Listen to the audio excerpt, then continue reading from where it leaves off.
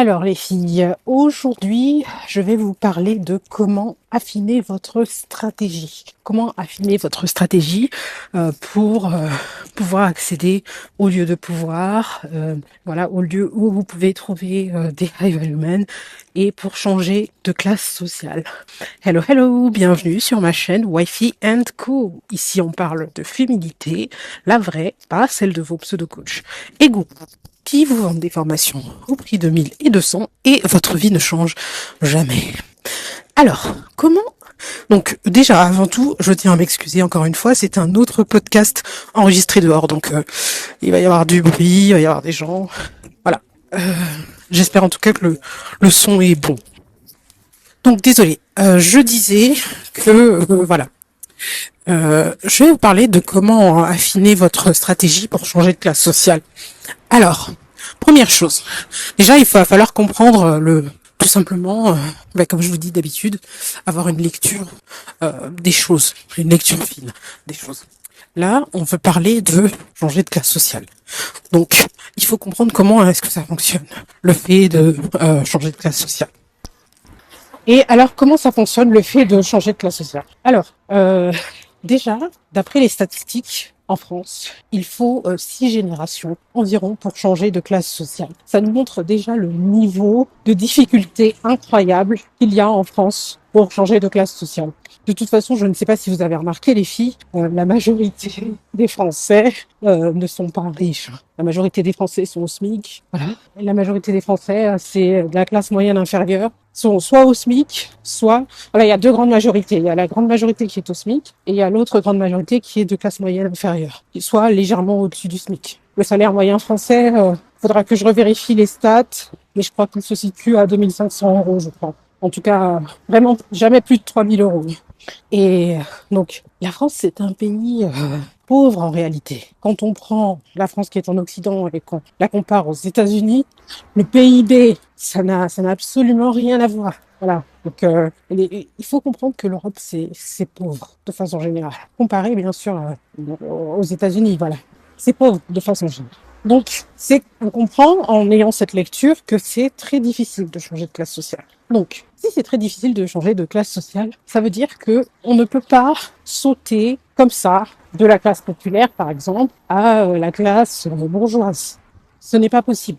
Donc, ce qui va se passer, c'est que moi, ce que je vous recommande, c'est de viser. En fait, d'abord, je vais aller un peu plus, je vais être un peu plus méthodique. Dans chaque classe sociale, en tout cas en France, comment ça fonctionne, il y a des personnes qui sont, c'est un peu comme un baromètre. Il y a des personnes qui sont tout en bas de cette classe, qui font partie de la catégorie, voilà, classe populaire, etc., mais qui se retrouvent tout en bas de la catégorie populaire. C'est-à-dire, par exemple, ils sont presque pauvres. Ils tombent pratiquement dans la catégorie pauvre.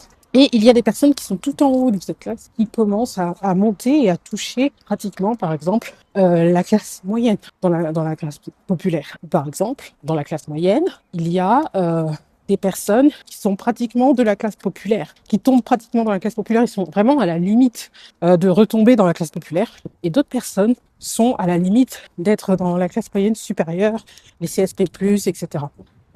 Pour vous donner un exemple concret, par exemple, une femme qui gagne, par exemple, le SMIC, tout simplement, voilà, 1200 et quelques, 1300 €, mais qui certains mois, elle est célibataire, elle est seule, etc., et qui certains mois gagne 900 € parce que son emploi, il n'est pas régulier, même si elle a un CDI. Elle est à la marge de tomber dans la classe pauvre. Elle fait partie de la classe populaire, mais elle a la marge de tomber dans la classe pauvre. Une femme, donc elle fait partie du bas de la catégorie classe populaire. Une femme qui, par exemple, est tout en haut de la catégorie classe populaire et qui touche quasiment à la classe moyenne inférieure, elle va, par exemple, être, par exemple, une hôtesse d'accueil qui gagne de base 1500 €, mais qui certains mois, elle peut aller jusqu'à toucher 1900 €. Voilà. Et là, ce n'est pas juste une question d'argent, parce que c'est vrai que je compare surtout avec l'argent. C'est les comparatifs les plus économiques, les plus rapides qu'on puisse faire, les plus parlants. Mais c'est pas aussi qu'une question d'argent. C'est aussi une question de positionnement social. euh, de symbolique aussi, de capital symbolique.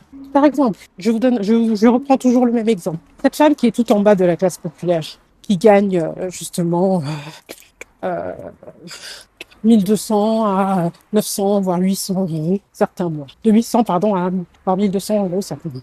Ben, elle va se retrouver en termes de symbolisme, par exemple, ces types de métiers, les types de métiers où elle va se retrouver, euh, ce sera par exemple femme de ménage, ce sera voilà, de l'aide à domicile, des choses comme ça.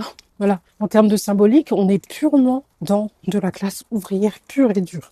Tandis qu'une hôtesse d'accueil, on peut être dans de la classe ouvrière en termes économiques, en termes de salaire, mais en termes symboliques, on l'est un peu moins. Pourquoi une hôtesse d'accueil, on l'est un peu moins en termes symboliques? Parce que les hôtesses d'accueil, pour la plupart, elles vont travailler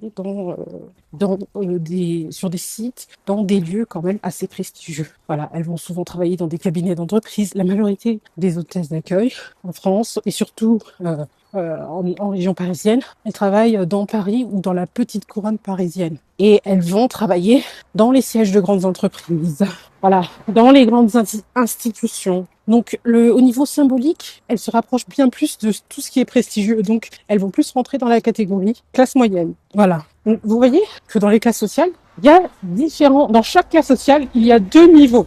Il y a le bas de l'échelle de cette classe sociale et le haut de l'échelle. C'est comme ça que fonctionne la société française. C'est comme ça qu'elle est faite. Je sais que c'est des sujets difficiles parce que on a cet orgueil français de se dire ah mais non moi je suis bien, etc. Et en France c'est très tabou ce sujet de classification, etc. C'est pour ça que on n'a même pas le droit en France aux statistiques ethniques ou des choses comme ça parce que les Français sont trop sensibles sur ce type de sujet. Mais ici, les filles, nous, on veut être lucides. Voilà, on veut réussir. Pour réussir, il faut faire preuve de lucidité, pas se mentir à soi-même. Quand on se ment à soi-même, eh ben, on ne peut pas avancer parce qu'en fait, on s'invente. On invente un imaginaire qui n'existe pas. Notre orgueil invente un imaginaire. Et après, on s'étonne que on essaye d'appliquer toutes sortes de techniques, mais qui proviennent de notre imaginaire et ça ne fonctionne pas. On ne réussit pas à rentrer en société. On ne réussit pas à trouver un high value man ou un homme fortuné. Donc, c'est comme ça qu'est fait la France. Dans chaque catégorie sociale, de classe sociale, il y a deux niveaux de personnes. Il y a le bas de l'échelle et le haut de l'échelle. Et donc, une fois que vous avez compris cela, les filles, ce que vous allez faire, la stratégie que vous allez adopter, c'est que, vu que, comme nous avons vu que c'est très difficile, même les statistiques le démontrent en France, de changer de classe sociale, eh bien, vous allez évaluer, vous allez tenter d'évaluer si, déjà, à quelle classe sociale vous appartenez. Voilà. Êtes-vous de la classe pauvre? Êtes-vous de la classe populaire? Êtes-vous de la classe moyenne inférieure? Êtes-vous de la classe moyenne supérieure? Êtes-vous un CSP+?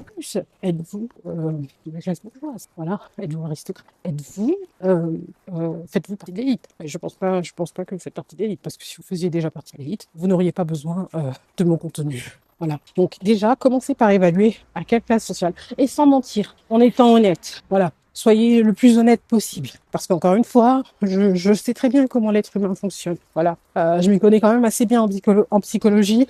L'orgueil, voilà, la fierté, les blessures narcissiques, elles sont toujours là et elles reviennent. Donc, évaluez honnêtement à quelle classe sociale vous appartenez. Ensuite, une fois que vous avez une connaissance réelle de à quelle classe sociale vous appartenez, vous allez ensuite évaluer si vous êtes en bas de l'échelle de cette catégorie sociale ou en haut de l'échelle. Une fois que vous avez évalué si vous êtes en bas ou en haut de l'échelle sociale, si vous êtes en bas, première chose que vous allez faire, c'est tout faire pour être en haut de l'échelle de cette catégorie sociale. Si vous êtes déjà en haut, alors là, vous avez le plus de chances pour accéder à la classe sociale qui est juste au-dessus. Parce que vous touchez des milieux, je disais merci à quelqu'un qui me laissait traverser. Donc, parce que vous touchez des milieux, vous touchez des contextes qui sont élevés, qui sont plus élevés. Voilà, comme l'exemple de l'hôtesse d'accueil qui travaille dans des sièges sociaux de très grandes entreprises. C'est là-bas qu'on retrouve tous les PDG, voilà. C'est là-bas qu'on retrouve les associés, les hommes qui ont quand même des gros salaires. Voilà. Donc voilà les filles, comme astuce, comme stratégie pour tenter de changer de classe sociale. Il vaut mieux se rapprocher soit du haut du panier de sa propre classe sociale pour pouvoir aller plus rapidement, soit si vous êtes déjà du haut du palier, eh bien vous rapprocher de la classe sociale qui est juste au-dessus. C'est graduel, ça ne va pas se faire en un coup, mais c'est déjà un premier pas sensé. Donc voilà les filles. N'hésitez pas à vous abonner si vous n'êtes pas encore abonné. Laissez-moi un like, laissez-moi un commentaire. Les filles, j'ai un groupe Telegram privé où je parle encore plus profondément et sans filtre de tous ces sujets. Ce groupe Telegram est gratuit. Je mettrai le lien en barre de description, en barre d'infos de cette vidéo. Je propose également des analyses personnalisées. Si par exemple vous n'arrivez pas à savoir, vous n'arrivez pas à déterminer à quelle classe sociale vous appartenez, ou si vous êtes en haut ou en bas de l'échelle de votre propre classe sociale, eh bien ça aussi je peux vous aider à le déterminer via l'analyse personnalisée.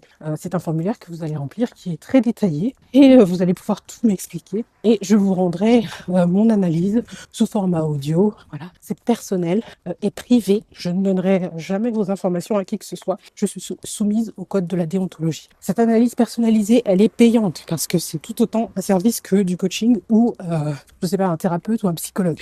Ce n'est pas la même chose. Je ne remplace pas le coach, je ne remplace pas le thérapeute, voilà. Mais c'est tout autant un service. Voilà, c'est un service professionnel. Donc un professionnel se doit d'être payé. Donc voilà les filles, je vous mettrai le lien du formulaire en barre d'infos.